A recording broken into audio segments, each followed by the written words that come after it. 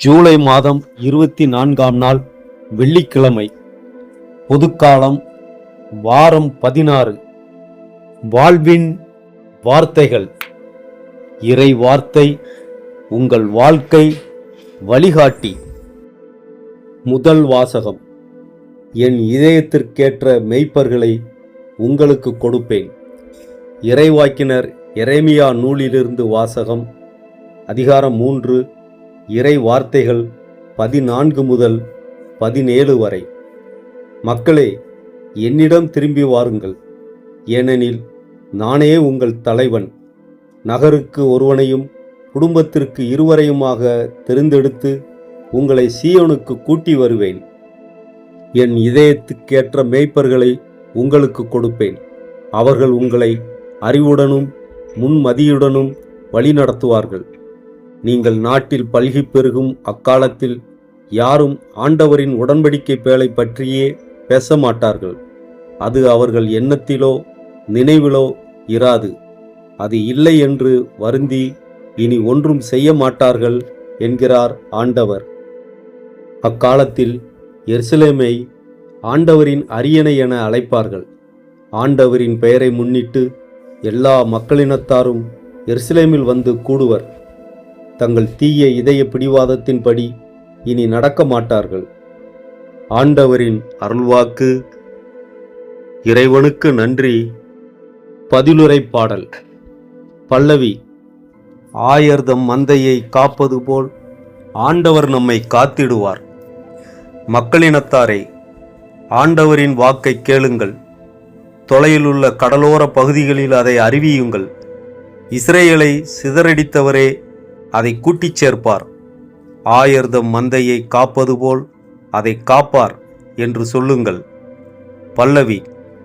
ஆயர்தம் மந்தையை காப்பது போல் ஆண்டவர் நம்மை காத்திடுவார். யாக்கோப்பை ஆண்டவர் மீட்டார். அவனிலும் வலியவன் கையினின்று அவனை விடுவித்தார். அவர்கள் வந்து சீயோனின் உச்சியில் பாடி மகிழ்வார்கள். தானியம், திராட்சரசம், எண்ணெய், ஆட்டுக்குட்டிகள், கன்றுகாலிகள் ஆகிய ஆண்டவரின் கொடைகளை முன்னிட்டு பூரிப்படைவார்கள். அவர்களது வாழ்க்கை நீர்வளமிக்க தோட்டம் போல் இருக்கும். பல்லவி. ஆயர்தம் மந்தையை காப்பது போல் ஆண்டவர் நம்மை காத்திடுவார். அப்பொழுது கன்னி பெண்கள் நடனமாடி களித்திருப்பர். அவ்வாறே இளைஞரும் முதியோரும் மகிழ்ந்திருப்பர். அவர்களுடைய அழுகையை நான் மகிழ்ச்சியாக மாற்றுவேன். அவர்களுக்கு ஆறுதல் அளிப்பேன். துன்பத்திற்கு பதிலாக இன்பத்தை அருளுவேன். பல்லவி. ஆயர்தம் மந்தையை காப்பது போல ஆண்டவர் நம்மை காத்திடுவார். நற்செய்திக்கு முன் வாழ்த்தொலி. அல்லேலுயா, அல்லேலுயா. சீரிய நல் உள்ளத்தோடு வார்த்தையை கேட்டு அதை காத்து மன உறுதியுடன் பலன் தருகிறவர் பேறு பெற்றோர். அல்லேலுயா. நற்செய்தி வாசகம். இறை வார்த்தையை கேட்டு புரிந்து கொள்பவர்கள் பயனளிப்பர். மத்தேயு எழுதிய தூய நற்செய்தியிலிருந்து வாசகம். அதிகாரம் 13, இறை வார்த்தைகள் 18 முதல் 23 வரை. அக்காலத்தில் இயேசு தம் சீடருக்கு கூறியது. விதைப்பவர் உவமையை பற்றி கேளுங்கள். வழியோரம் விதைக்கப்பட்ட விதைகளுக்கு ஒப்பானோர் இறை ஆட்சியை குறித்த இறை வார்த்தையை கேட்டும் புரிந்து கொள்ள மாட்டார்கள். அவர்கள் உள்ளத்தில் விதைக்கப்பட்ட விதைகளை தீயோன் கைப்பற்றிச் செல்வான். பாறை பகுதிகளில் விதைக்கப்பட்ட விதைகளுக்கு ஒப்பானோர் இறை வார்த்தையை கேட்டவுடன் அதை மகிழ்ச்சியோடு ஏற்றுக்கொள்வார்கள். ஆனால் அவர்கள் வேறற்றவர்கள். எனவே அவர்கள் சிறிது காலமே நிலைத்திருப்பார்கள். இறை வார்த்தையின் பொருட்டு வேதனையோ இன்னலோ நேர்ந்தவுடனே தடுமாற்றம் அடைவார்கள். முட்செடிகளுக்கு இடையில் விழுந்த விதைகளுக்கு ஒப்பானோர் இறை வார்த்தையை கேட்டும் உலக கவலையும் செல்வ மாயையும் அவ்வார்த்தையை நெருக்கி விடுவதால் பயனளிக்க மாட்டார்கள். நல்ல நிலத்தில் விதைக்கப்பட்ட விதைகளுக்கு ஒப்பானோர் இறை வார்த்தையை கேட்டு புரிந்து கொள்வார்கள். இவர்களுள் சிலர் 100 மடங்காகவும், சிலர் 60 மடங்காகவும், சிலர் 30 மடங்காகவும் பயனளிப்பர். ஆண்டவரின் அருள்வாக்கு. கிறிஸ்துவுக்கு புகழ். திருப்பாடல் 54 என்பது எதிரிகளின் சதித்திட்டங்கள், அச்சுறுத்தல்கள் மற்றும் நெருக்கடிகளுக்கு மத்தியில் இறைவனின் திருப்பெயரையும் அவரது மீட்பின் வல்லமையையும் நம்பி ஏறெடுக்கப்படும் ஒரு விசுவாசம் நிறைந்த மன்றாட்டு பாடலாகும். இந்த திருப்பாடலின் வசன வரிகளை அடிப்படையாக கொண்ட ஜெபம்: அன்புள்ள பரலோக தந்தையே, நீர் ஒருவரே எங்களுக்கு துணையாகவும் எங்கள் உயிரை தாங்குபவராகவும் இருக்கிறீர். வாழ்க்கையில் நெருக்குதல்களும் எதிர்ப்புகளும் எங்களை சூழும்போது உமது வல்லமையுள்ள திருப்பெயரை நோக்கி ஓடி வருகிறோம். இறை வார்த்தைகளை உறுதியான நம்பிக்கையோடு நெஞ்சில் ஏந்தி உம்மிடம் மன்றாடுகிறோம். மீட்பின் இறைவா, உலக பலத்தையோ மனிதர்களின் உதவியையோ தேடாமல் உமது திருப்பெயரின் வல்லமையை மட்டுமே நம்பி நிற்கிறோம். எங்களை ஒடுக்கும் சோதனைகளிலிருந்தும் துன்பங்களிலிருந்தும் உமது பேராற்றலால் எங்களை விடுவித்தருளும். எங்களுக்காக நீர் வழக்காடி எங்களுக்கு நீதியை பெற்றுத்தாரும்.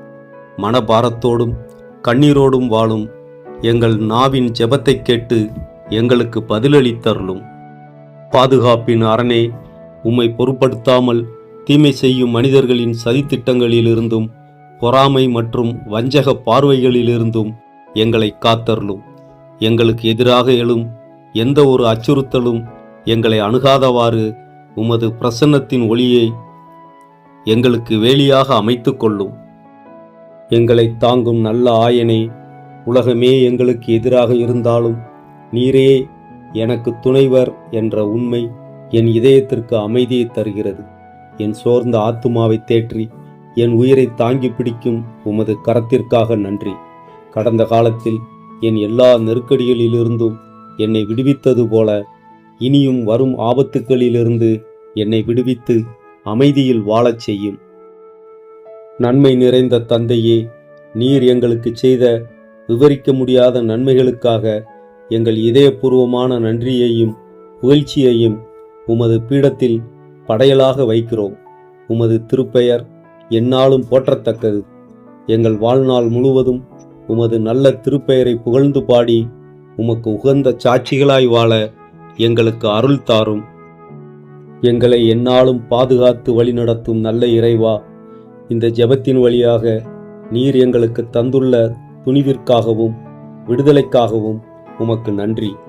எங்களை உமது கரங்களில் ஒப்படைக்கிறோம்.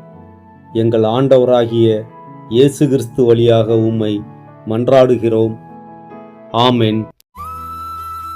திருச்சிலுவை அடையாளத்தினாலே தீயோனிடமிருந்து எங்களை விடுவித்தருளும் எங்கள் இறைவா, தந்தை, மகன், தூய ஆவியார் பெயராலே ஆமென். திருப்பாடல் 54.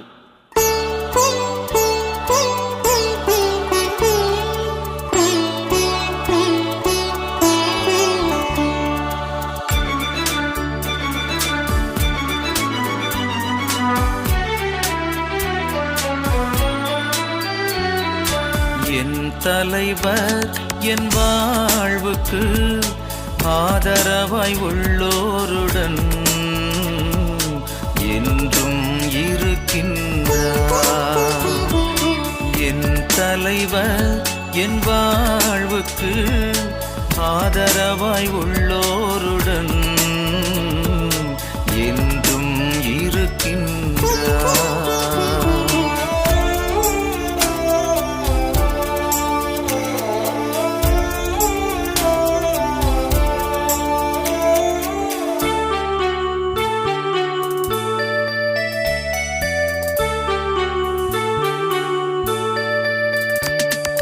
கடவுளே, உமது பெயரின் வல்லமையால் என்னை காப்பாற்றும். உமது மேன்மை மிகு ஆற்றலினால் எனது நேர்மையை நிலைநாட்டும். கடவுளே, உமது பெயரின் வல்லமையால் என்னை காப்பாற்றும். உமது மேன்மை மிகு ஆற்றலினால் எனது நேர்மையை நிலைநாட்டும். கடவுளே, விண்ணப்பத்தை கேட்டருளும், எனக்கு செவிசாயும். விண்ணப்பத்தை கேட்டருளும், எனக்கு செவிசாயும். என் தலைவர் என் வாழ்வுக்கு ஆதரவாய் உள்ளோருடன்